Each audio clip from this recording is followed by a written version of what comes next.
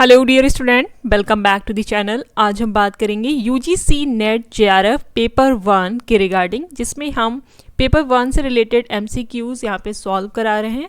आप अगर दिसंबर 2025 के लिए UGC net paper 1 paper 2 political science subject से प्रिपेयर कर रहे हैं तो ये लेक्चर वीडियो आपके लिए काफ़ी ज़्यादा इंपॉर्टेंट है। एग्जाम ओरिएंटेड आपको एमसीक्यूज प्रैक्टिस कराए जा रहे हैं सो दैट आपको आइडिया मिले कि किस तरीके के क्वेश्चंस एग्जाम में आते हैं और किन टॉपिक्स पे ज़्यादा क्वेश्चंस बनने की पॉसिबिलिटी रहती है।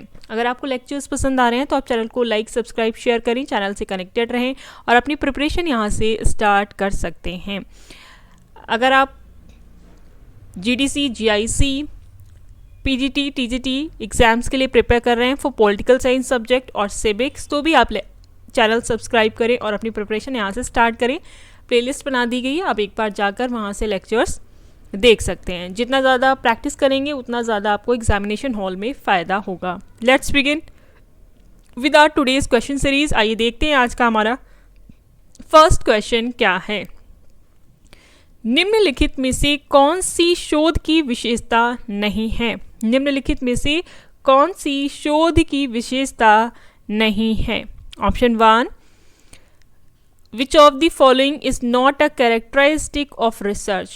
Which of the following is not a characteristic of research? हमारे ऑप्शंस हैं ऑप्शन 1 व्यवस्थित, ऑप्शन 2 तार्किक, ऑप्शन 3 अव्यवस्थित, ऑप्शन 4 अनुभवजन्य। Option 1 systematic, option 2 logical, option 3 unorganised, option 4 empirical. तो इस क्वेश्चन का सही आंसर क्या होगा, हमें बताना है कि कौन सी शोध की विशेषता नहीं है। अगर रिसर्च की बात करें तो ये व्यवस्थित होना चाहिए, सही है। लॉजिकल होना चाहिए, ये भी ठीक है। अनुभवजन्य होता है, ये भी सही है। और अनऑर्गेनाइज्ड होना चाहिए, ये सही नहीं है। Option 3 is the right answer of given question. जो क्वेश्चन की डिमांड है उसके अकॉर्डिंग आपका ऑप्शन 3 सही है कि जो रिसर्च है वो अनऑर्गेनाइज्ड नहीं होनी चाहिए। Option 3 is the right answer. Next question देखिए, हमारा आज का नेक्स्ट क्वेश्चन क्या है। प्रभावी संचार का सबसे आवश्यक गुण क्या है? प्रभावी संचार का सबसे आवश्यक गुण क्या है? The most essential quality of effective communication is option 1 लंबी और विस्तृत व्याख्या, ऑप्शन 2 कठिन शब्दों का प्रयोग, ऑप्शन 3 अभिव्यक्ति की स्पष्टता, ऑप्शन 4 ऊंची आवाज। Option 1 long and detailed explanation, option 2 use of difficult words, option 3 clarity of expression, option 4 high pitched voice। तो इसमें क्या सही है, क्या आवश्यक गुण है? मतलब जब आप इफेक्टिव कम्युनिकेट कर रहे हो, आप प्रभावी संचार कर रहे हो, तो उसके लिए सबसे ज़्यादा ज़रूरी क्या है? ऑप्शन 1 लंबी और विस्तृत व्याख्या, तो ये सही नहीं है। ऑप्शन 2 कठिन शब्दों का प्रयोग, ये भी सही नहीं है, बहुत ज़्यादा डिफिकल्ट टर्म्स का यूज़ आपको नहीं करना होता है। अभिव्यक्ति की स्पष्टता यानी क्लैरिटी ऑफ एक्सप्रेशन ये इंपॉर्टेंट है। क्लैरिटी ऑफ एक्सप्रेशन ये काफ़ी इंपॉर्टेंट है जब आप इफेक्टिव कम्युनिकेशन की बात कर रहे हों। Option 3 is the right answer. Next question देखिए, आज का हमारा नेक्स्ट क्वेश्चन क्या है। निम्नलिखित में से कौन सा वेब ब्राउज़र नहीं है? निम्नलिखित में से कौन सा वेब ब्राउज़र नहीं है? Which of the following is not a web browser? Option 1 Mozilla Firefox, option 2 Google Chrome, option 3 MS Excel, option 4 Safari. तो इसका सही आंसर क्या है कि इनमें से कौन सा वेब ब्राउज़र नहीं है? देखिए, इसका सही आंसर है ऑप्शन 3 MS एक्सेल। ये वेब ब्राउज़र नहीं है। Option 3 is the right answer. इसी तरीके के क्वेश्चंस एग्जाम में पूछे जाते हैं। अगर आप यूजीसी नेट दिसंबर 2025 के लिए प्रिपेयर कर रहे हैं तो आप चैनल से कनेक्टेड रहें, चैनल को सब्सक्राइब, लाइक और शेयर करें और अपनी प्रिपरेशन, अपना रिवीजन यहाँ से स्टार्ट कर सकते हैं। आपको टॉपिक्स भी बताए जाएंगे, किन टॉपिक्स को आपको ज़्यादा से ज़्यादा पढ़ना है, ज़्यादा से ज़्यादा तैयार करके जाना है, कहाँ से ज़्यादा क्वेश्चन आने की पॉसिबिलिटी है। नेक्स्ट क्वेश्चन देखिए, आज का हमारा नेक्स्ट क्वेश्चन क्या है। निम्नलिखित में से कौन सा प्रदूषक ऑटोमोबाइल द्वारा उत्पन्न होता है? Which of the following pollutants is produced by automobiles? Which of the following pollutants is produced by automobiles? Option 1 sulphur dioxide, option 2 carbon monoxide, option 3 methane, option 4 ozone. तो इस क्वेश्चन का सही आंसर है option 2, carbon monoxide. Option 2 is the right answer. जो automobile द्वारा उत्पन्न होने वाला पॉल्यूटेंट है वो है carbon monoxide. Option 2 is the right answer. आइए नेक्स्ट क्वेश्चन देखते हैं। आज का हमारा नेक्स्ट क्वेश्चन क्या है? रचनात्मक मूल्यांकन का उद्देश्य है। The main purpose of formative evaluation. आपको पता है इवैल्यूएशन से रिलेटेड भी क्वेश्चंस आते हैं। यहाँ पे जो हमारा क्वेश्चन है वो बात कर रहा है कि फॉर्मेटिव इवैल्यूएशन का मेन पर्पस क्या है। आपको बताना है। ऑप्शन 1, पाठ्यक्रम के अंत में छात्रों को ग्रेड देना। ऑप्शन 2, शिक्षण के दौरान सीखने की प्रगति की जांच करना। ऑप्शन 3, छात्र की उपलब्धि प्रमाणित करना। ऑप्शन 4, छात्रों को अगली कक्षा में प्रोन्नत करना। इंग्लिश में देखते हैं options. Option 1, to grade students at the end of a course. Option 2, to check learning progress during teaching. Option 3, to certify student achievement. Option 4, to promote students to next class. तो हमें बताना है कि formative evaluation का main purpose क्या है। इस क्वेश्चन का सही आंसर क्या होगा? ऑप्शंस को देखिए। छात्रों को अगली कक्षा में प्रोन्नत करना, ये ऑप्शन नहीं होगा। छात्र की उपलब्धि प्रमाणित करना, ये भी नहीं होगा। ये फॉर्मेटिव इवैल्यूएशन का कॉन्सेप्ट नहीं है। पाठ्यक्रम के अंत में छात्रों को ग्रेड देना, ये भी नहीं है। इस क्वेश्चन का सही आंसर है ऑप्शन 2, शिक्षण के दौरान सीखने की प्रगति की जांच करना। Option 2, to check learning progress during teaching. मतलब आपको जो पढ़ाया जा रहा है, जब टीच किया जा रहा है, उस पीरियड में देखना कि जो लर्नर है वो कितना सीख रहा है। शिक्षण के दौरान जो भी टीचिंग या जो भी टीचर है जो पढ़ा रहा है वो ये चेक करता है कि जो लर्नर है वो कितना सीख पा रहा है, ये देखना होता है। किसके दौरान? शिक्षण के दौरान सीखने की प्रगति की जांच करना। Option 2 is the right answer. तो फॉर्मेटिव इवैल्यूएशन का जो राइट आंसर है वो है शिक्षण के दौरान सीखने की प्रगति की जांच करना। To check learning progress during teaching. Option 2 is the right answer.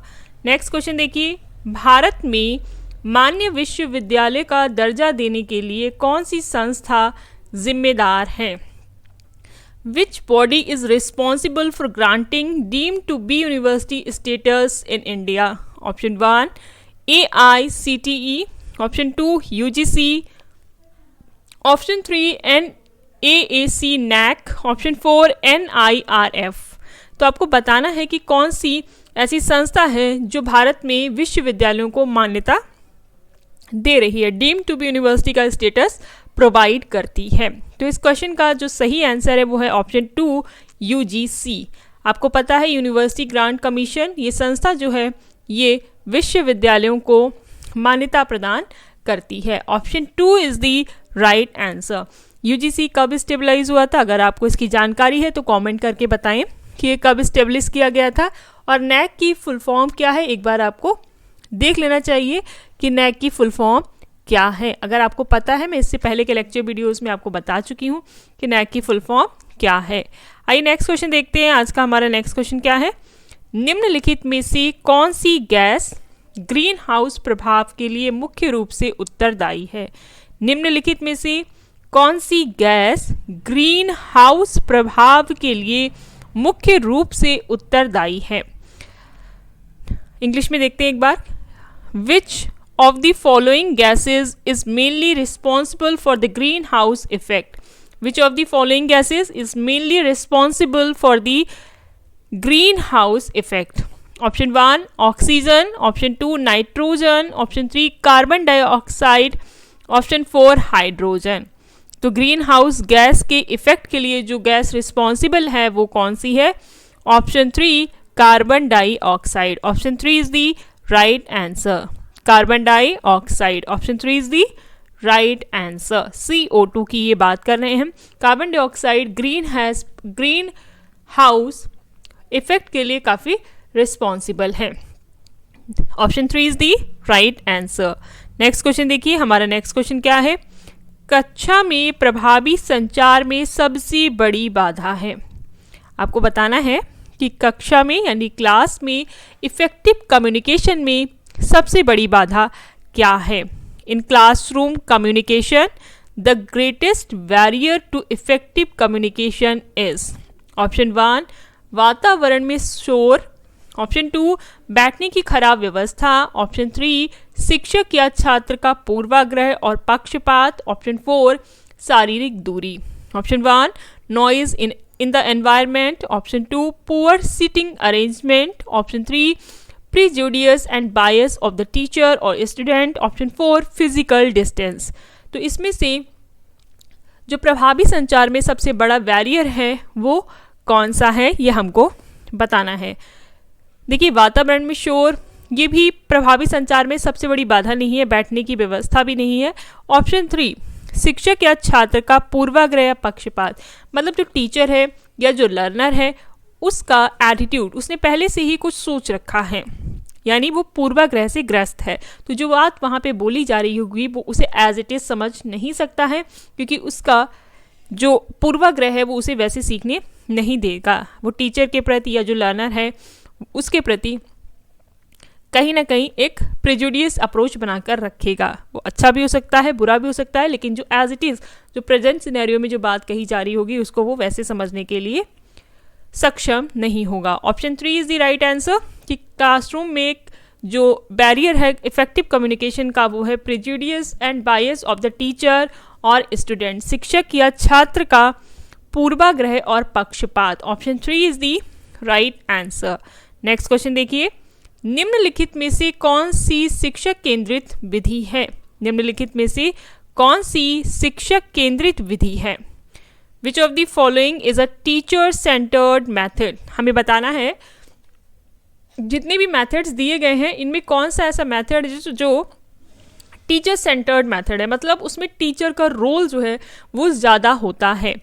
Option 1 समूह चर्चा, ऑप्शन 2 परियोजना विधि, ऑप्शन 3 व्याख्यान, ऑप्शन 4 अन्वेषणात्मक दृष्टिकोण, option 1 group discussion, option 2 project method, option 3 lecture, option 4 discovery approach.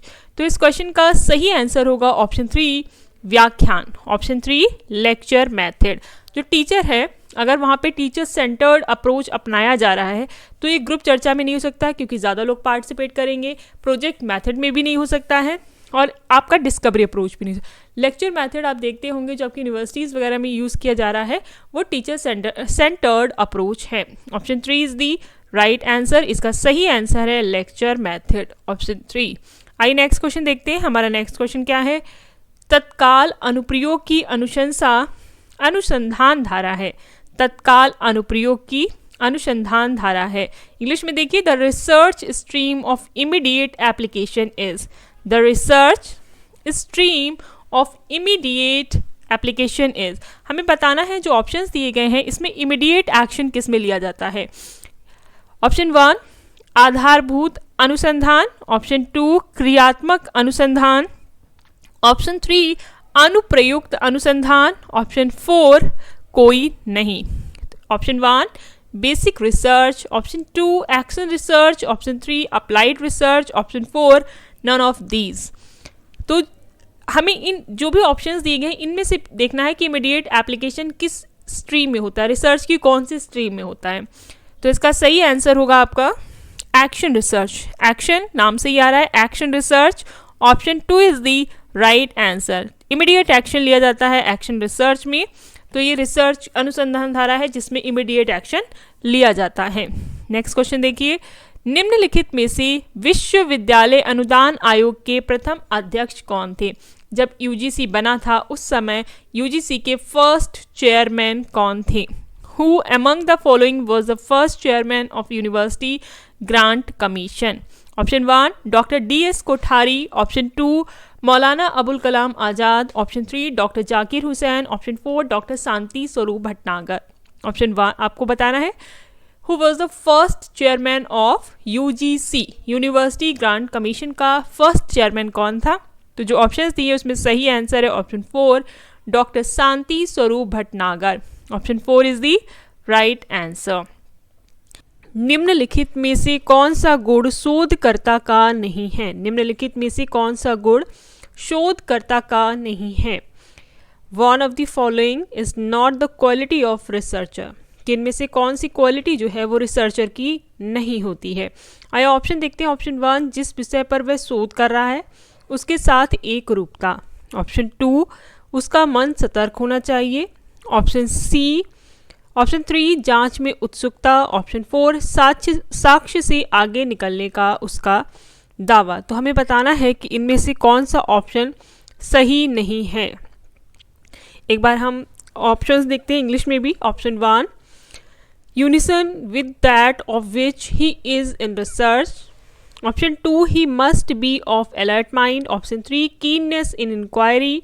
Option 4, his assertion to outstrip the evidence. तो इस क्वेश्चन का सही आंसर क्या होगा? क्वेश्चन है, निम्नलिखित में से कौन सा गुण शोधकर्ता का नहीं है?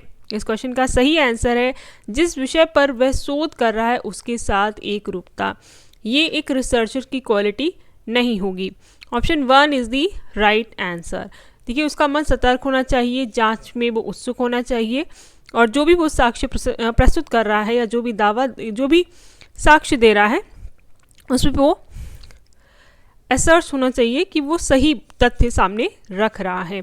इस क्वेश्चन का ऑप्शन 1 सही होगा। नेक्स्ट क्वेश्चन देखिए, निम्नलिखित में से कौन से विकल्प आधुनिक समाज में अनुसंधान के मुख्य कार्य हैं?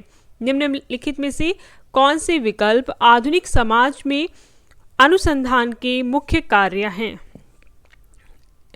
Which of the following options are the main task of research in modern society?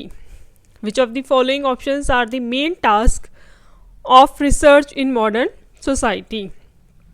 हमारे ऑप्शन है, ऑप्शन 1, ज्ञान की प्रगति के साथ तालमेल बनाए रखना। ऑप्शन 2, नई चीज़ों की खोज करना।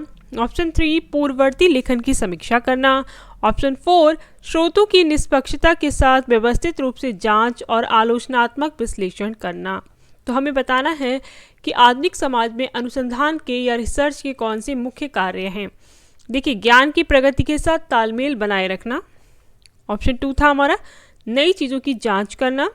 ये ठीक है कि हम अभी भी रिसर्च में नई चीज़ों पे काम कर रहे हैं। पूर्ववर्ती लेखन की समीक्षा करना, और लास्ट में है आपका स्रोतों की निष्पक्षता के साथ व्यवस्थित रूप से जांच और आलोचनात्मक विश्लेषण करना।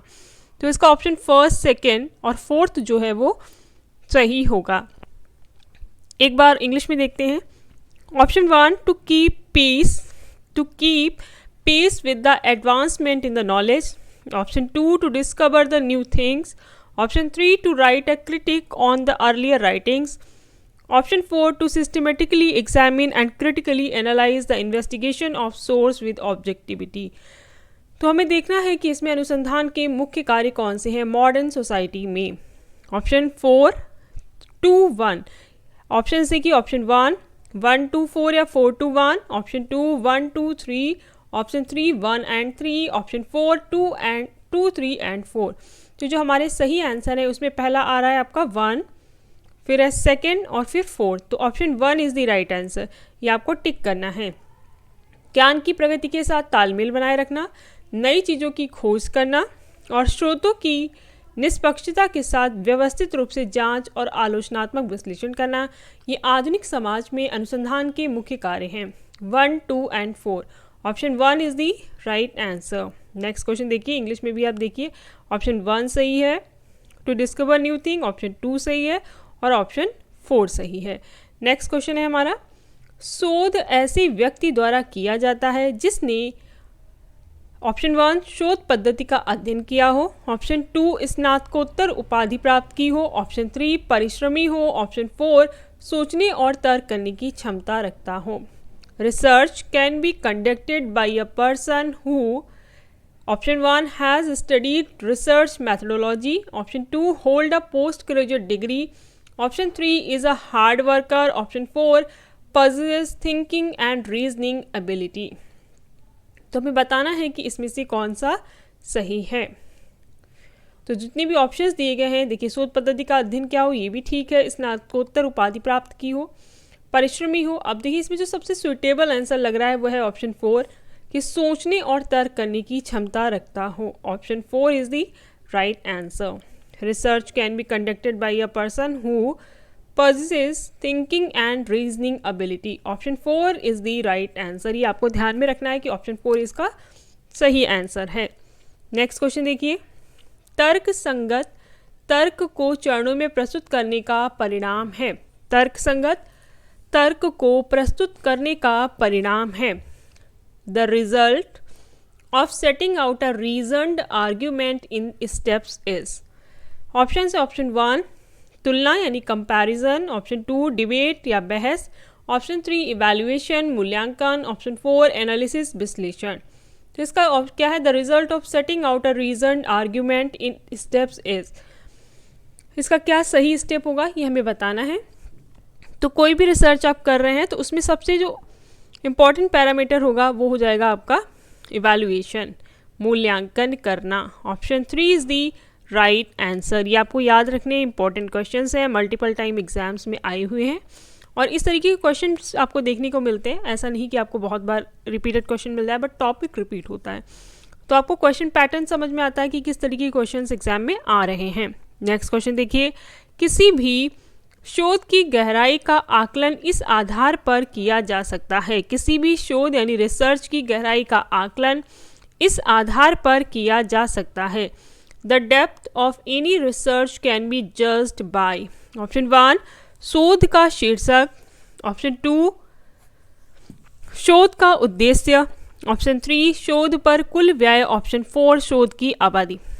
Option 1 title of the research, option 2 objective of the research, option 3 total expenditure on the research, option 4 duration of the research. तुम्हें बताना है कि the depth of any research है वो कैसी, उसका आकलन का क्या आधार होता है। तो इसमें सबसे इंपॉर्टेंट हो जाता है शोध का उद्देश्य, पर्पस या ऑब्जेक्टिव क्या है रिसर्च का। Option 2 is the right answer, objective of the research. इस क्वेश्चन का सही आंसर है ऑप्शन 2। कोई भी आप रिसर्च कर रहे हैं तो आपको उसका पर्पस पता होना चाहिए कि आप किस उद्देश्य के लिए रिसर्च कर रहे हैं। नेक्स्ट क्वेश्चन देखिए, आप अंतःविषयक अनुसंधान का मुख्य उद्देश्य क्या मानते हैं। What do you consider as the main aim of interdisciplinary research. हमें बताना है। ऑप्शन 1 अनुसंधान के प्रति समग्र दृष्टिकोण अपनाना, ऑप्शन 2 अनुसंधान क्षेत्र में किसी एक विषय पर जोर कम करना, ऑप्शन 3 अनुसंधान की समस्या को अति सरल बनाना, ऑप्शन 4 अनुसंधान पद्धति में एक नई प्रवृत्ति का निर्माण करना। तो हमें बताना है the main aim of interdisciplinary research.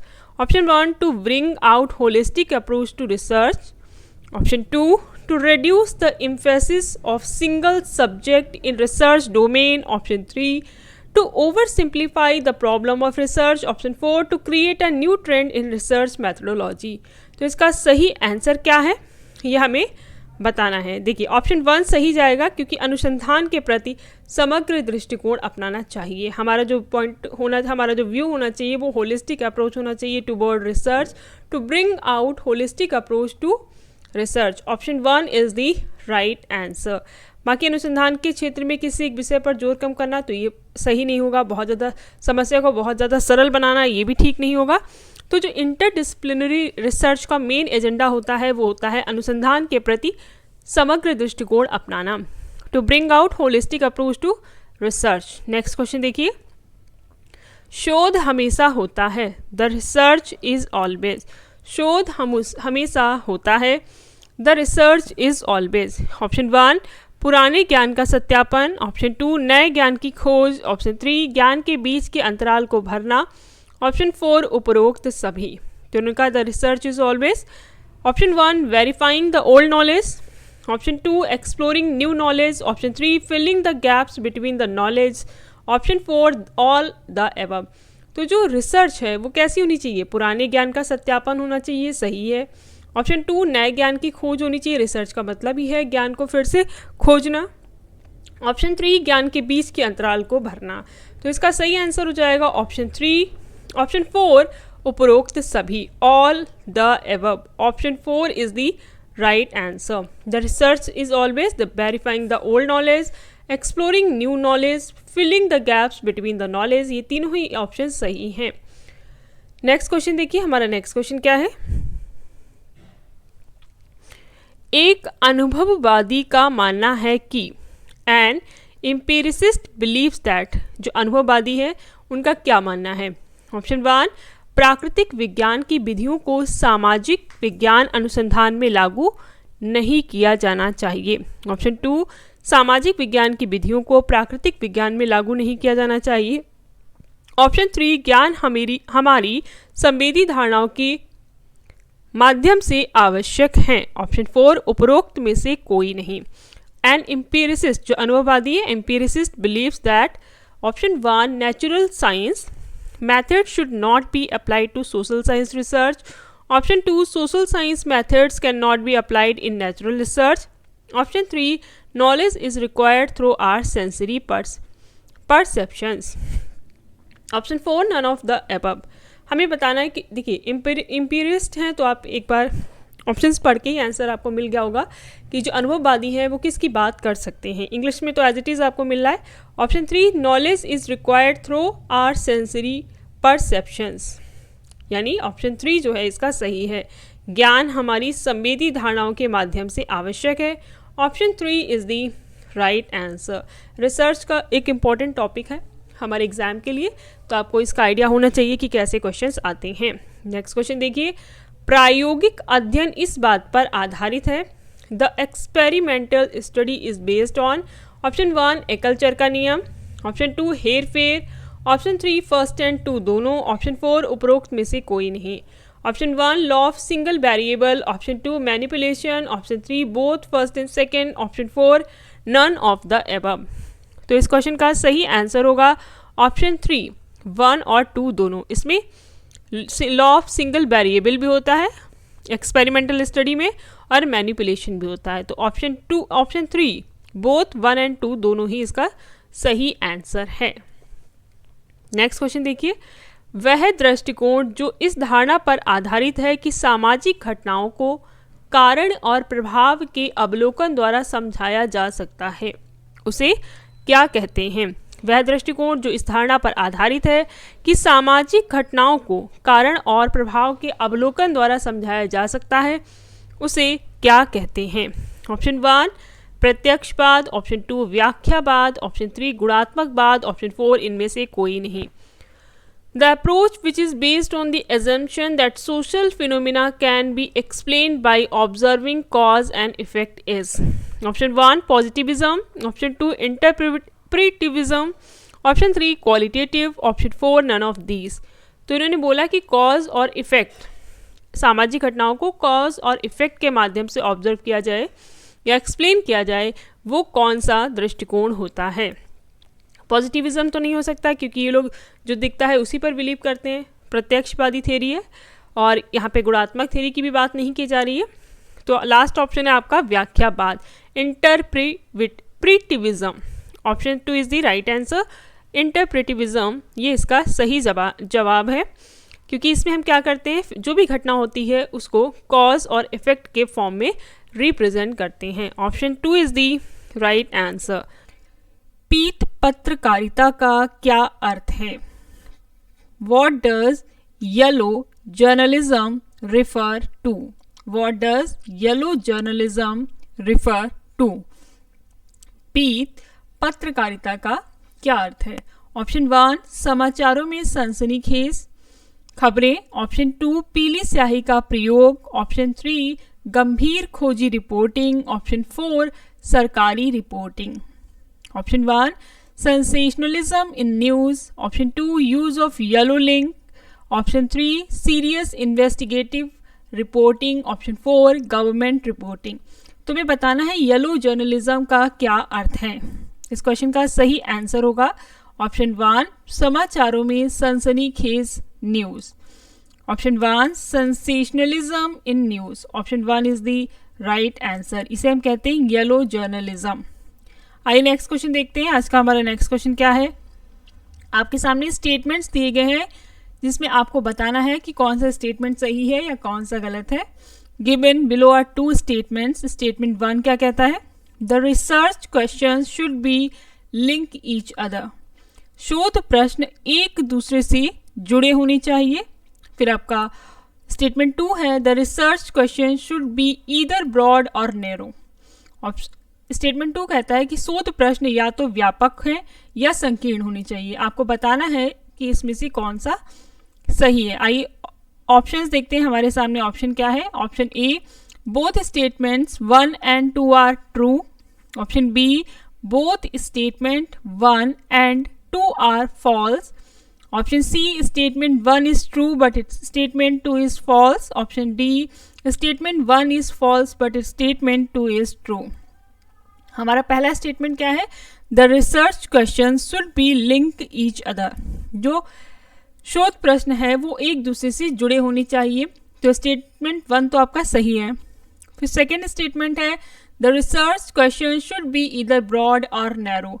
शोध प्रश्न या तो व्यापक या संकीर्ण होने चाहिए। हमें देखना है कि जो हमारा रिसर्च प्रश्न है वो व्यापक हो या फिर संकीर्ण होना चाहिए। ये गलत है, क्योंकि बहुत ज़्यादा ब्रॉडर भी नहीं होना चाहिए और बहुत ज़्यादा नैरो भी नहीं होना चाहिए। तो इसका जो ऑप्शन सही आना चाहिए वो होना चाहिए, statement 1 is true but statement 2 is false. Option C is the right answer. इस क्वेश्चन का सही आंसर है ऑप्शन सी, कि इस रिसर्च क्वेश्चन जो है वो एक दूसरे से जुड़े होने चाहिए। आइए नेक्स्ट क्वेश्चन देखते हैं। आज का हमारा नेक्स्ट क्वेश्चन क्या है? कॉपीराइट कानूनों के अनुसार उचित उपयोग कॉपीराइट कार्यों के सीमित उपयोग की अनुमति देता है। एक बार इंग्लिश में देखिए। As per copyright laws, fair use allows the limited use of copyright works for. As per copyright laws, fair use allows the limited use of copyright works for. हमारे सामने जो ऑप्शंस है ऑप्शंस को देखना है। Option 1 व्यावसायिक उपयोग, option 2 शैक्षिक उद्देश्य, ऑप्शन 3 वीडियो निर्माण, ऑप्शन 4 सशुल्क ऑनलाइन पाठ्यक्रम निर्माण।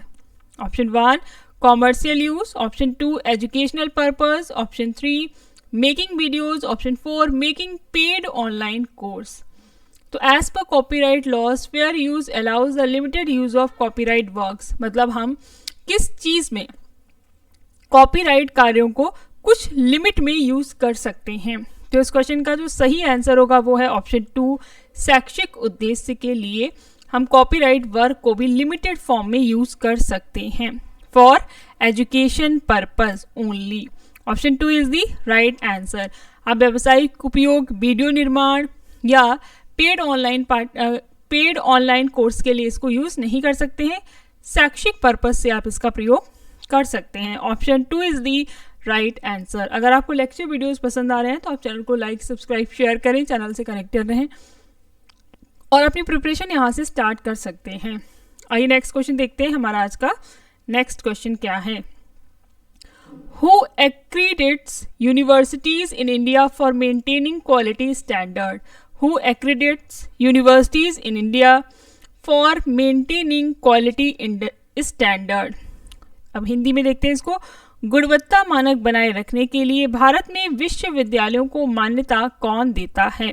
गुणवत्ता मानक बनाए रखने के लिए भारत में विश्वविद्यालयों को मान्यता कौन देता है? इस पैटर्न पे क्वेश्चन हम लास्ट डे भी टैकल कर चुके हैं। सिमिलर पैटर्न पे क्वेश्चंस कभी कभी आपको देखने को मिल जाएंगे, बस थोड़ा सा डिफरेंस है यहाँ पे। आपको देखना है कि गुणवत्ता मानक बनाए रखने के लिए जो क्वालिटी स्टैंडर्ड है यूनिवर्सिटीज़ का, वो बनाए रखने के लिए भारत में विश्वविद्यालयों को मान्यता कौन देता है? Option 1 UGC, option 2 AICTE, option 3 NAAC NAC, option 4 NCERT। तो इस क्वेश्चन का जो डिमांड है उसका आंसर हो जाएगा ऑप्शन 3 NAC, NAAC। नैक की फुल फॉर्म अगर आपको आती है तो एक बार कमेंट करके बताएं कि नैक की फुल फॉर्म क्या होती है।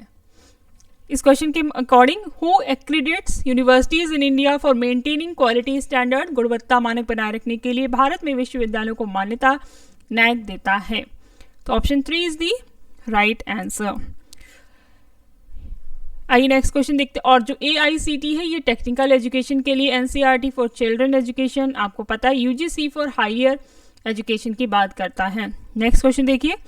Which among the following is a software for analysis of qualitative data? Which among the following is a software for the analysis of qualitative data? निम्नलिखित में से कौन सा गुणात्मक डेटा के विश्लेषण के लिए एक सॉफ्टवेयर है?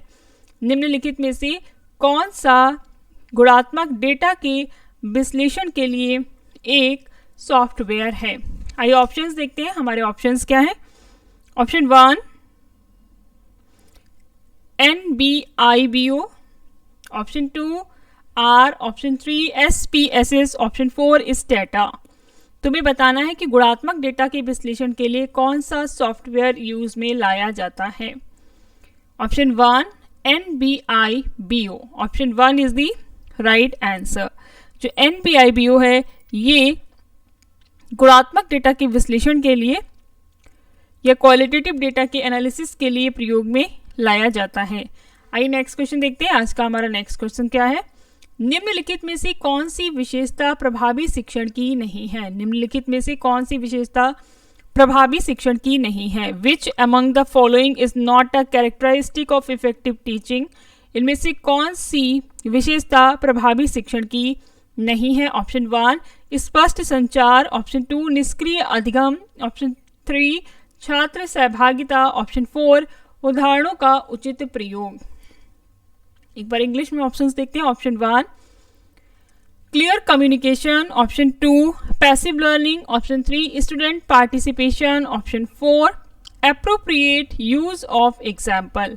तुम्हें बताना है कि कौन सी विशेषता प्रभावी शिक्षण की नहीं है, इफेक्टिव टीचिंग की नहीं है। देखिए स्पष्ट संचार होना चाहिए, ये है, छात्र सहभागिता भी है, उदाहरणों का उचित प्रयोग भी है कि एग्जाम्पल्स का यूज होना चाहिए अप्रोप्रिएटली, बट इसमें पैसिव लर्निंग को शामिल नहीं किया जाता है। Option 2 is the right answer. जो क्वेश्चन की डिमांड है उसके अकॉर्डिंग इसका सही आंसर होगा पैसिव लर्निंग। ये इफेक्टिव टीचिंग की क्वालिटी नहीं है। आइए नेक्स्ट क्वेश्चन देखते हैं। आज का हमारा नेक्स्ट क्वेश्चन क्या है? इन computer terminology URL stand for. In computer terminology URL stand for. Computer शब्दावली में URL का अर्थ है। Option 1 universal resource locator, option 2 uniform resource locator, option 3 universal routing language, option 4 unified resource link. तो इसका सही आंसर क्या होगा ये हमें देखना है। इस क्वेश्चन का सही आंसर है option 2 uniform resource locator. URL stand for uniform resource locator, uniform resource locator. Option 2 is the right answer. Next question देखिए, शिक्षण का कौन सा स्तर समझ से संबंधित है? शिक्षण का कौन सा स्तर समझ से संबंधित है? ऑप्शन 1 स्मृति स्तर, ऑप्शन 2 चिंतनशील स्तर, ऑप्शन 3 अबोध स्तर, ऑप्शन 4 उन्नत स्तर। Which level of teaching is concerned with understanding? Which level of teaching is concerned with understanding? Option 1 memory level, option 2 reflective level, option 3 understanding level, option 4 advanced level। तो इस क्वेश्चन का सही आंसर है ऑप्शन 3 अंडरस्टैंडिंग लेवल। कौन सा स्तर समझ से संबंधित है? अब इसमें आंसर देखिए इंग्लिश में तो एज इट इज आपको मिल रहा है कि अंडरस्टैंडिंग लेवल ही होगा। Option 3 is the right answer. Understanding level जो है वो टीचिंग के अंडरस्टैंडिंग कॉन्सेप्ट से रिलेटेड है। Option 3 is the right answer. Next question देखिए, प्राचीन भारत में नालंदा और तक्षशिला जैसे उच्च शिक्षा के प्रसिद्ध केंद्र मुख्यतः शिक्षा के किन पहलुओं पर केंद्रित थे? मतलब एंशिएंट इंडिया में जो नालंदा और तक्षशिला जैसे हायर एजुकेशन सेंटर्स थे वो शिक्षा के किन पहलुओं पर केंद्रित हुआ करते थे? मतलब इसमें किस विषय को ध्यान में रखते हुए पढ़ाया जाता होगा? In ancient India, the famous seats of higher learning like Nalanda and Takshashila were primarily focused on which aspect of education? Option A, रटंत विद्या को बढ़ावा देना, ऑप्शन बी आध्यात्मिक और समग्र विकास पर जोर देना, ऑप्शन सी केवल व्यावसायिक कौशल पर ध्यान केंद्रित करना, ऑप्शन 4 केवल एक विशिष्ट जाति के लिए। ए promoting rote learning, option B emphasizing spiritual and holistic development, option C focusing solely on vocational skills, option D exclusively for a specific caste. तो इसका जो सही आंसर होगा वो क्या है, आइए देखते हैं। ऑप्शन बी, आध्यात्मिक और समग्र विकास पर जोर देना, होलिस्टिक डेवलपमेंट की बात ही करेंगे।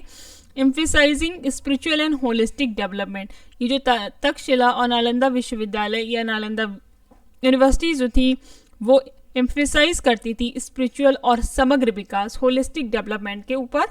Option B is the right answer. Next question देखिए, एक शोध परिकल्पना है, रिसर्च हाइपोथेसिस इज, हमें बताना है कि एक रिसर्च हाइपोथेसिस क्या है।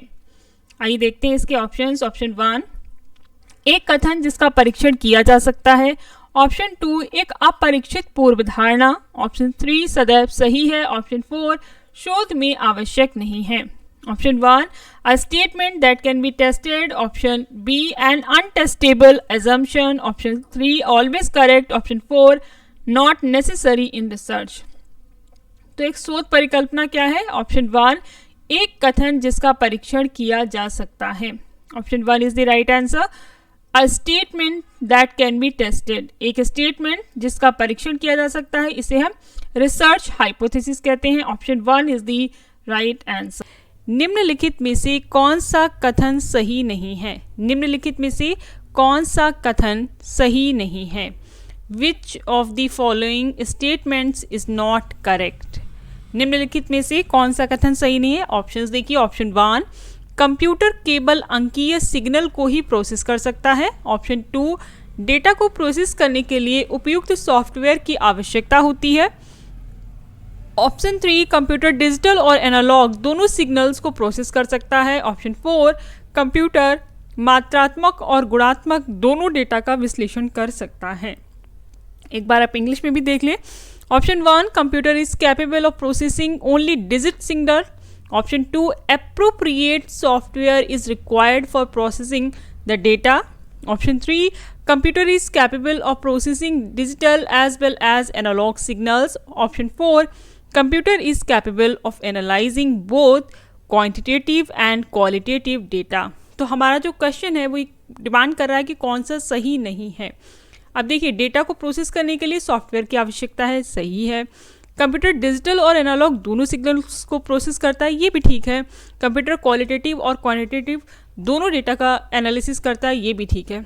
ऑप्शन 1 जो है, कंप्यूटर केवल अंकीय यानी कंप्यूटर केवल डिजिटल सिग्नल्स को ही प्रोसेस करता है, ये सही नहीं है, क्योंकि इसमें इन्होंने ओनली टर्म ऐड कर दिया है जो इसको एप्रोप्रिएट नहीं बनाता है। Option 1 is right according to the demand of question. Question की डिमांड के अकॉर्डिंग ऑप्शन 1 जो है सही होगा कि computer is capable of processing only digital signal. Option 1 is the right answer. बाकी 3 ऑप्शंस जो है वो आपके सही हैं। आइए नेक्स्ट क्वेश्चन देखते हैं। हमारा नेक्स्ट क्वेश्चन क्या है? निम्नलिखित में से कौन सा कथन सही है? Which of the following is correct statement? Option 1, निर्देशों के समूह को प्रोग्राम कहते हैं। ऑप्शन 2, किसी विषय को सीखने में छात्र की कठिनाई का निदान करने के लिए कंप्यूटर का उपयोग किया जाता है। ऑप्शन 3, यदि सॉफ्टवेयर उपलब्ध हो तो कंप्यूटर की सहायता से मनोवैज्ञानिक परीक्षण किया जा सकता है। ऑप्शन 4, उपरोक्त सभी। एक बार इंग्लिश में देखते हैं options. Option 1, a set of instructions is called programme. Option 2, computers can be used for diagnosing the difficulty of a student in learning a subject. Option 3, psychological testing can be done with the help of computer provided software is available. Option 4, all of the above. तो कौन सा कथन सही है हमको ये बताना है। देखिए, निर्देशों के समूह को प्रोग्राम कहते हैं, ये सही है। किसी विषय को सीखने में छात्र की कठिनाई का निदान करने के लिए कंप्यूटर का उपयोग किया जा सकता है, ये भी सही है। क्या एक लर्नर है वो कुछ सीख रहा है तो समस्या का या उस प्रॉब्लम का सल्यूशन पाने के लिए वो कंप्यूटर का यूज़ कर सकता है। अगर सॉफ्टवेयर उपलब्ध है तो कंप्यूटर की सहायता से आप साइकोलॉजिकल टेस्टिंग भी कर सकते हैं, तो ये ऑप्शन भी सही है। हमारा जो राइट आंसर मिल रहा है वो है ऑप्शन 4, उपरोक्त सभी ऑप्शंस सही हैं। All of the above is the right answer. A set of instructions is called program, ये सही है। Computers can be used for diagnosing the difficulty of a student in learning subject सही है. Psychological testing can be done with the help of computer provided software is available. ये तीन के तीनों ही option सही हैं. Option 4 is the right answer, all of the above. आइए next question देखते हैं. हमारा आज का नेक्स्ट क्वेश्चन क्या है. निम्नलिखित में से कौन सा कथन सही है. Which of the following statement is correct. Option 1 virus software का एक भाग है. ऑप्शन 2 वायरस एक ऑपरेटिंग सिस्टम है.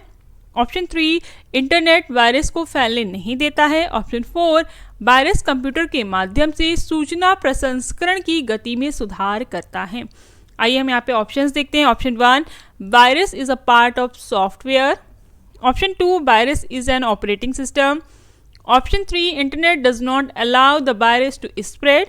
Option 4 virus improves the speed of processing information through computer. तो हमें बताना है कि वायरस एक्चुअली इसमें क्या काम करता है. तो इसमें जो सही आंसर हमें मिल रहा है वो है ऑप्शन 1. वायरस सॉफ्टवेयर का एक भाग है. Virus is a part of software. Option 1 is the right answer. ये आपको याद रखना है क्योंकि वायरस कोई ऑपरेटिंग सिस्टम नहीं है. और इंटरनेट डज नॉट अलाउ, तो ऐसा नहीं होता है. इंटरनेट अलाउ करता है वायरस को स्प्रेड करने में, हमें पता है, इसकी जानकारी है. Virus improve the speed of processing information through computer, तो ये सही नहीं है. जो हमारा राइट आंसर है वो है option 1. Virus is a part of software. आइए नेक्स्ट क्वेश्चन देखते हैं. हमारा नेक्स्ट क्वेश्चन क्या है. सूचना जो ग्राफिक्स, टेक्स्ट, ध्वनि, वीडियो और एनिमेशन का संयोजन है कहलाती है. Information a combination of graphics, text, sound and video and animation is called. Information a combination of graphics, text, sound, video and animation is called. सूचना जो ग्राफिक्स, टेक्स्ट, ध्वनि, वीडियो और एनिमेशन का संयोजन है कहलाती है. ऑप्शन 1 मल्टीफेस्ड, बहुपक्षीय. Option 2 multimedia. ऑप्शन 3 बहुप्रक्रिया या हम इसे मल्टी प्रोसेस कहते हैं. ऑप्शन 4 बहु कार्यक्रम, मल्टी प्रोग्राम. तुम्हें बताना है कि ये graphics, text, sound, audio, animation ये किस में देखने को मिलता है. तो ये very simple question. Option 2 multimedia, ये आपको मल्टीमीडिया में देखने को मिलेगा. Option 2 is the right answer. इस तरीके के क्वेश्चंस जो है एग्जाम में आते हैं. अगर आप दिसंबर 2025 के लिए प्रिपेयर कर रहे हैं तो आप चैनल को लाइक, सब्सक्राइब, शेयर ज़रूर करें और अपनी प्रिपरेशन यहाँ से स्टार्ट करें.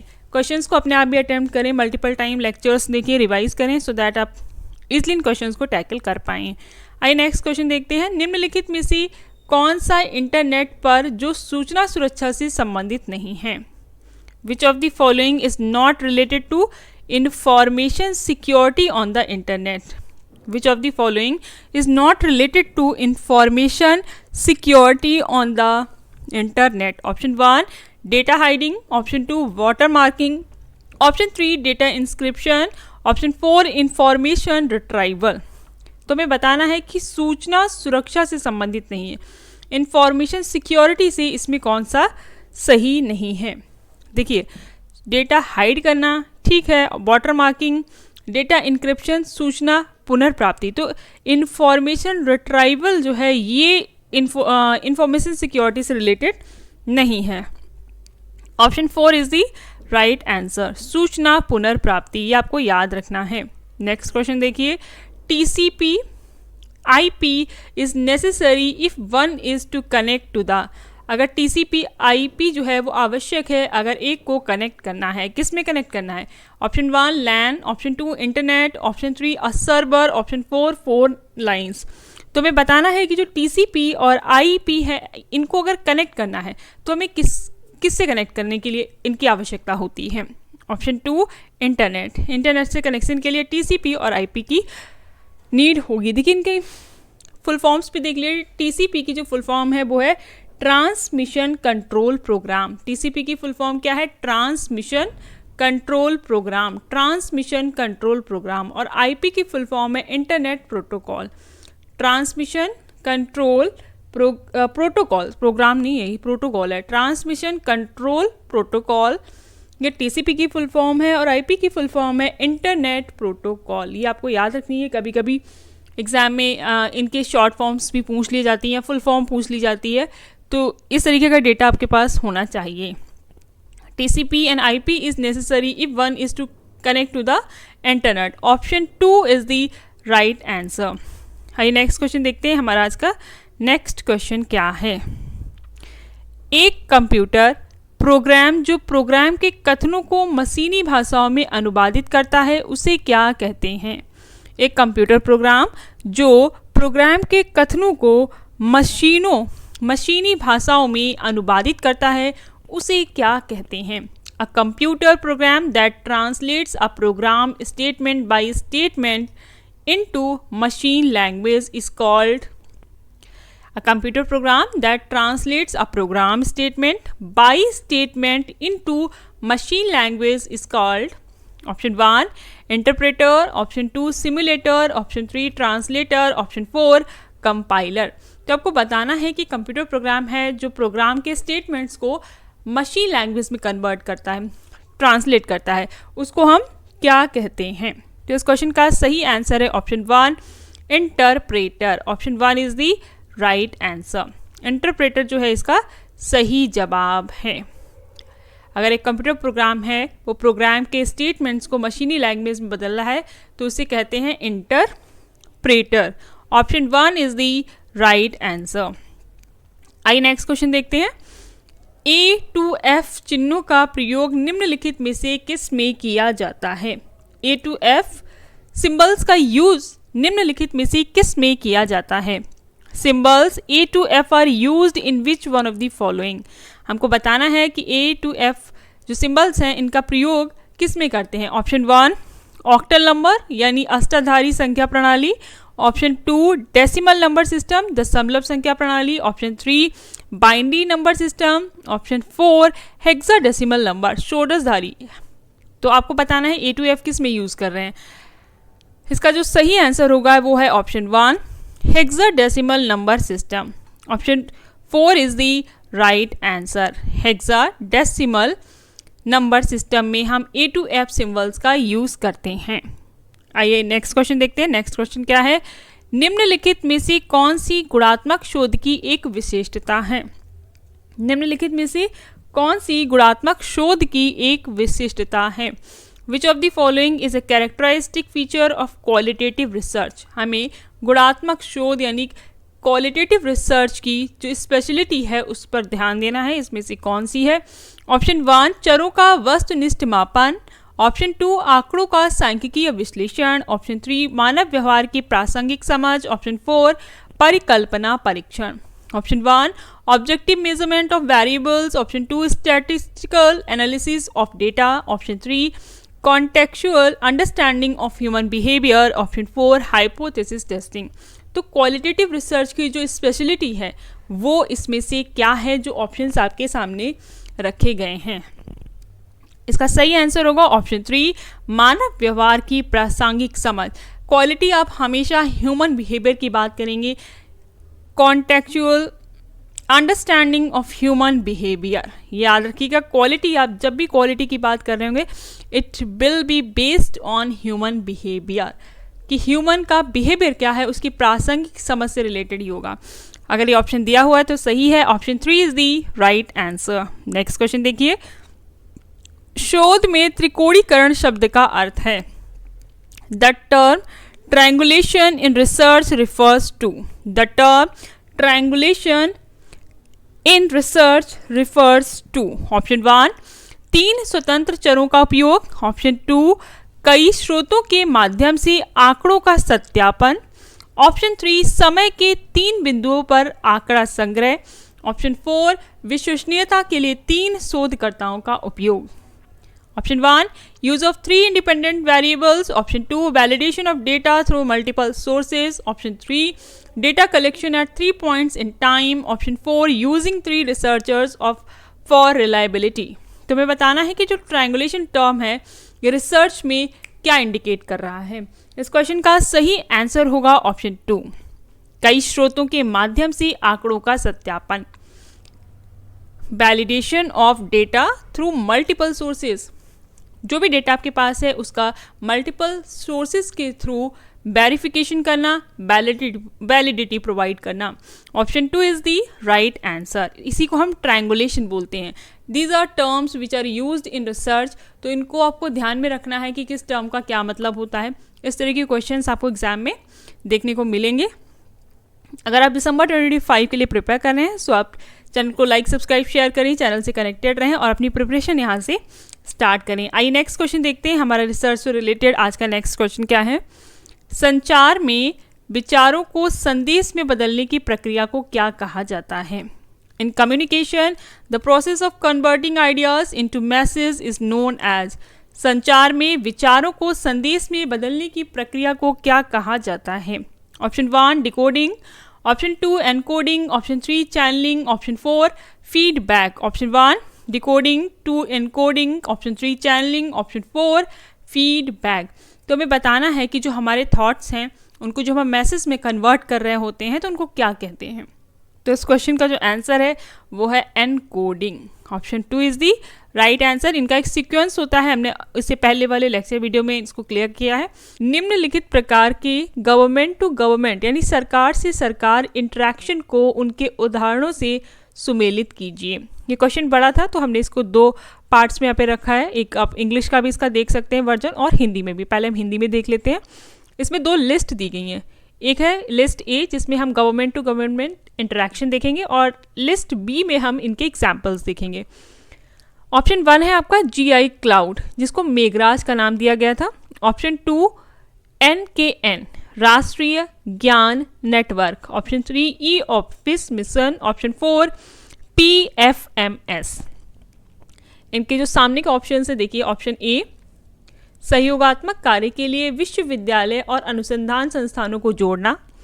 ऑप्शन बी सरकारी अनुप्रयोगों और सेवाओं की मेजबानी के लिए क्लाउड कंप्यूटिंग अवसंरचना।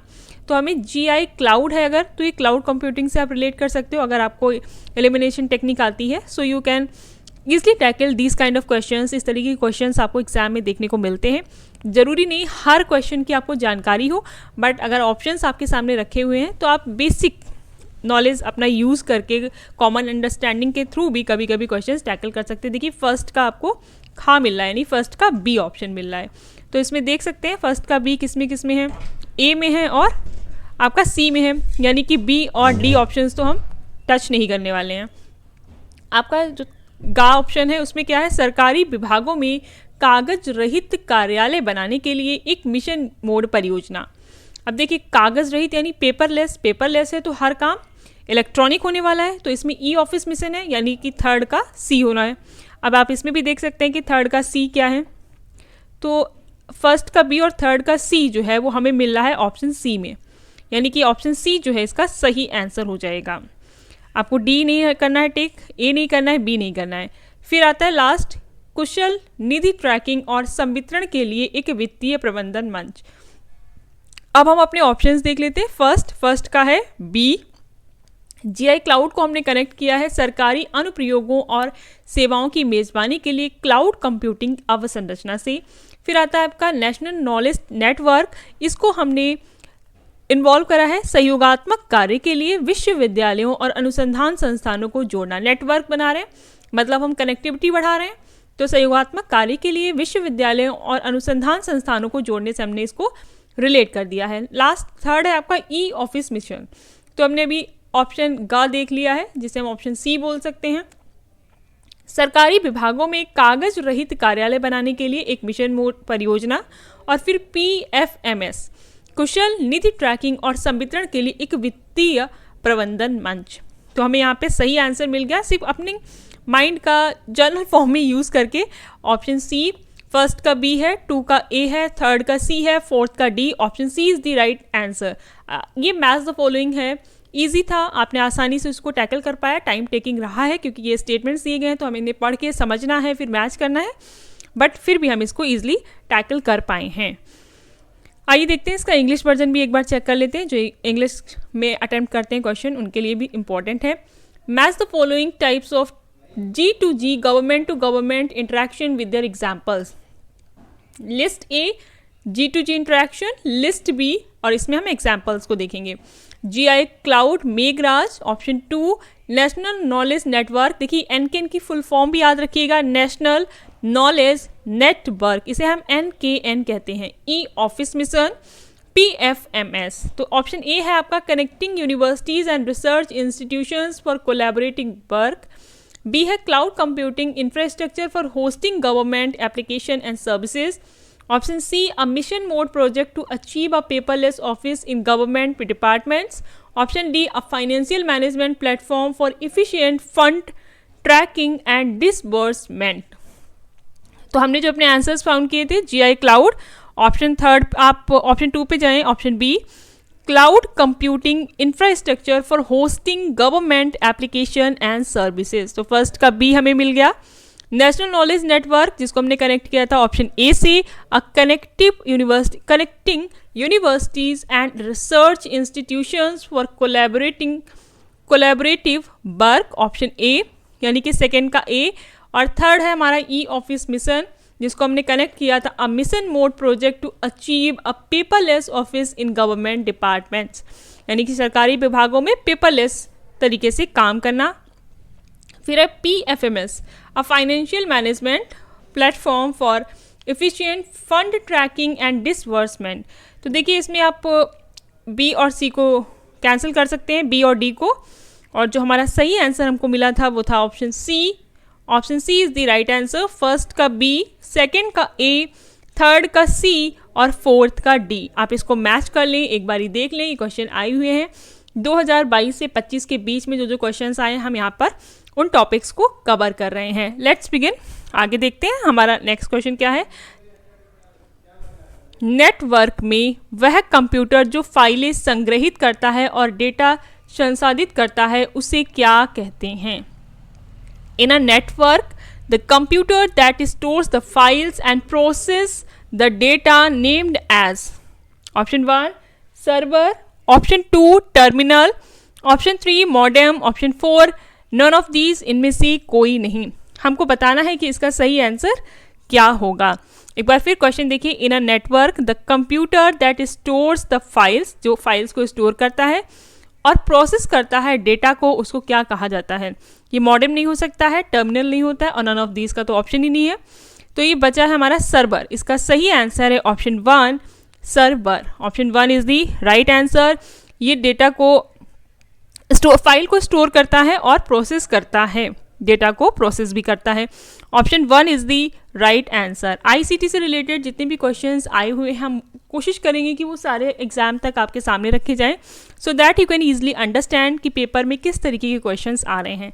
अगर आपको लेक्चर्स पसंद आ रहे हैं तो आप चैनल को लाइक, सब्सक्राइब, शेयर करें, चैनल से कनेक्टेड रहें और अपनी प्रिपरेशन यहाँ से स्टार्ट करें। आइए हम नेक्स्ट क्वेश्चन देखते हैं। आज का हमारा नेक्स्ट क्वेश्चन क्या है? इनमें से कौन वायरस नहीं फैला सकता है? Which of the can't spread virus? Which of the can't spread virus? इसमें से कौन वायरस नहीं फैला सकता है? ऑप्शन 1 अटैचमेंट वाला ईमेल, ऑप्शन 2 सादा टेक्स्ट मेल, ऑप्शन 3 वेब पर फाइलें डाउनलोड करना, ऑप्शन 4 इनमें से कोई नहीं। अब हम इनको एक बार इंग्लिश वर्जन में देखते हैं, वो आपको ज़्यादा सही समझ में आ जाएगा कि क्वेश्चन क्या है, कि कौन सा वायरस नहीं फैला सकता है। Option 1 an email with attachment, email attachment के साथ, देखिए ये तो फैला सकता है virus. Option 2 a plain text mail, एक सादा टेक्स्ट मेल, अब उसमें कुछ है ही नहीं तो वायरस फैलेगा कैसे? तो ऑप्शन ए होना चाहिए। Option 3 downloading files over the web, आप जैसे इंटरनेट से या कहीं से भी फाइल्स डाउनलोड करते हैं तो चांसेस हैं कि इसके थ्रू वायरस फैले।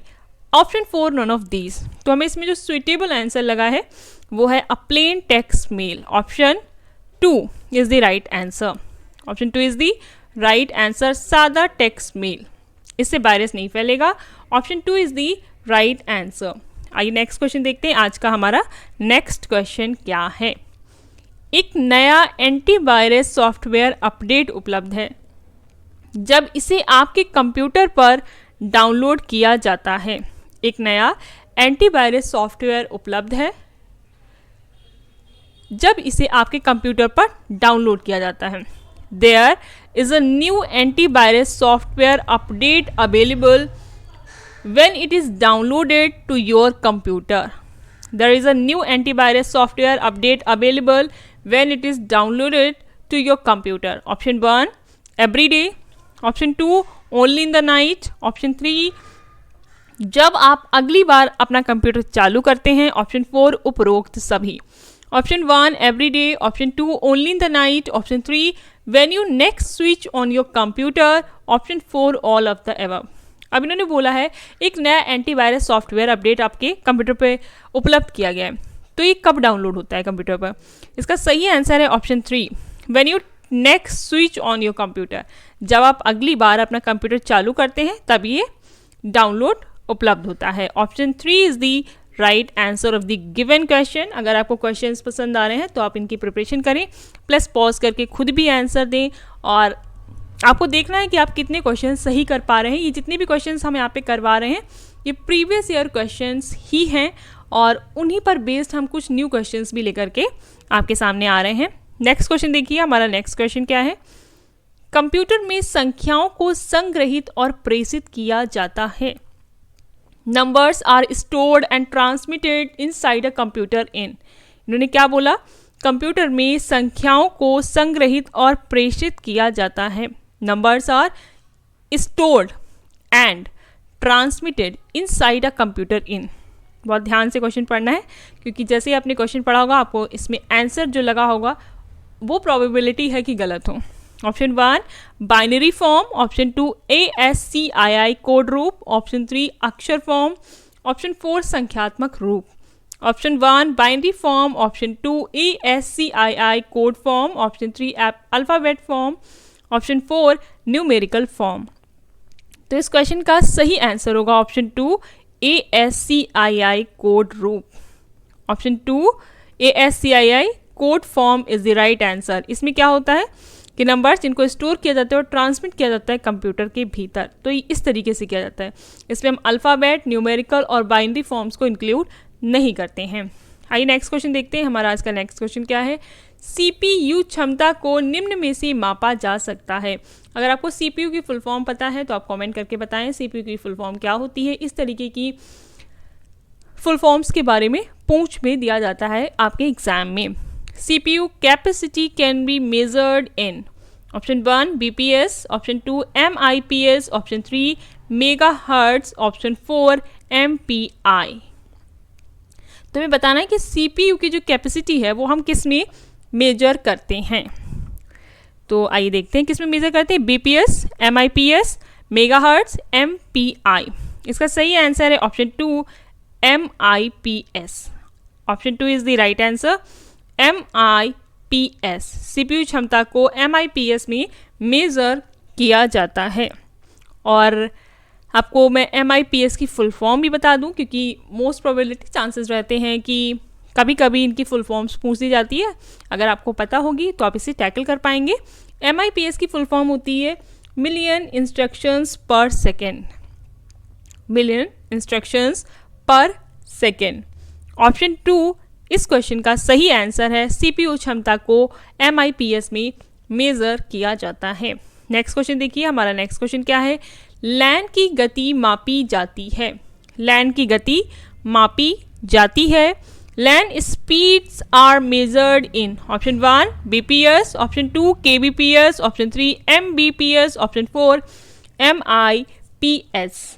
देखिए लैन की जो इसका फुल फॉर्म क्या है, लोकल एरिया नेटवर्क है. इसकी स्पीड को कैसे मेजर करते हैं, तो इसका सही आंसर होगा MBPS. ये आपको याद रखना है, MBPS. इसमें हम लैन की गति को मापते हैं. MBPS. Option 3 is the right answer. ये इस तरीके के मेजरमेंट के बारे में भी पूछते हैं, तो आप प्लीज़ इन क्वेश्चंस को बहुत अच्छे से पढ़ करके जाएं. नेक्स्ट क्वेश्चन देखिए, मॉडेम की गति निम्न में से मापी जाती है. Modem speeds are measured in. Modem speed are measured in. हमें ऑप्शंस देखने हैं. Option 1, BPS. Option 2, KBPS. Option 3, MBPS. Option 4, MIPS. तो अभी हमने MIPS देख लिया, CPU की कैपेसिटी इसमें मेजर होती है. MBPS देख लिया था जिसमें हमने लैन की कैपेसिटी को मेजर होते हुए देखा है. अब हमारे पास 2 ऑप्शन है, तो इसका सही आंसर होगा ऑप्शन 1, BPS. मॉडेम की गति को हम BPS में मेजर करते हैं. Option 1 is the right answer. Next question देखिए, हमारा नेक्स्ट क्वेश्चन क्या है. निम्नलिखित में से कौन नेटवर्क सुरक्षा से संबंधित है. Which of the following is related to network security? Which of the following is related to network security? Option 1 firewall, option 2 worms, option 3 keyloggers, option 4 Trojan. तो इस क्वेश्चन का सही आंसर क्या होगा? नेटवर्क सुरक्षा से संबंधित है option 1 firewall. Option 1 is the right answer. Firewall जो है वो नेटवर्क सिक्योरिटी से रिलेटेड है, ये आपको याद रखना है। इस तरीके के क्वेश्चंस आएंगे, मैं बार बार रिपीट कर रही हूँ क्योंकि पैटर्न ऑफ क्वेश्चंस आईसीटी का जो है वो सिमिलर रहता है, ये कोई खास चेंज नहीं रखता है। बस आपको थोड़ा सा नॉलेज होना चाहिए, समझ होनी चाहिए, ताकि आप इन क्वेश्चंस को आसानी से टैकल कर पाएं। आइए नेक्स्ट क्वेश्चन देखते हैं। हमारा नेक्स्ट क्वेश्चन क्या है? वायरस को ऐसा इसलिए कहा जाता है क्योंकि। Virus are called that because, मतलब फर्स्ट वे वायरस हैं, ऑप्शन 2 वे अपनी प्रतिलिपि बना सकते हैं और फैला सकते हैं, ऑप्शन 2 1 और 2 दोनों, ऑप्शन 4 उपरोक्त में से कोई नहीं।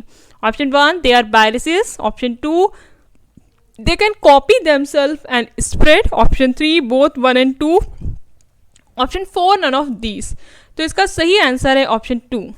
देखिए ये तो ऑप्शन नहीं बन रहा है कि भाई वायरस है इसलिए वायरस को वायरस कहा जाता है, तो हम ऑप्शन 1 और ऑप्शन 3 को तो ऑटोमेटिकली एलिमिनेट कर देंगे। फर्स्ट नहीं है तो थर्ड हो ही नहीं सकता है, उपरोक्त में से कोई नहीं, ये भी नहीं रख सकते हैं। तो हमारे पास जो सुटेबल आंसर है वो है ऑप्शन 2, वे अपनी कॉपी बना सकते हैं और उसको ईजिली स्प्रेड कर सकते हैं। Option 2 is the right answer. They can copy themselves and spread, option 2 is the right answer.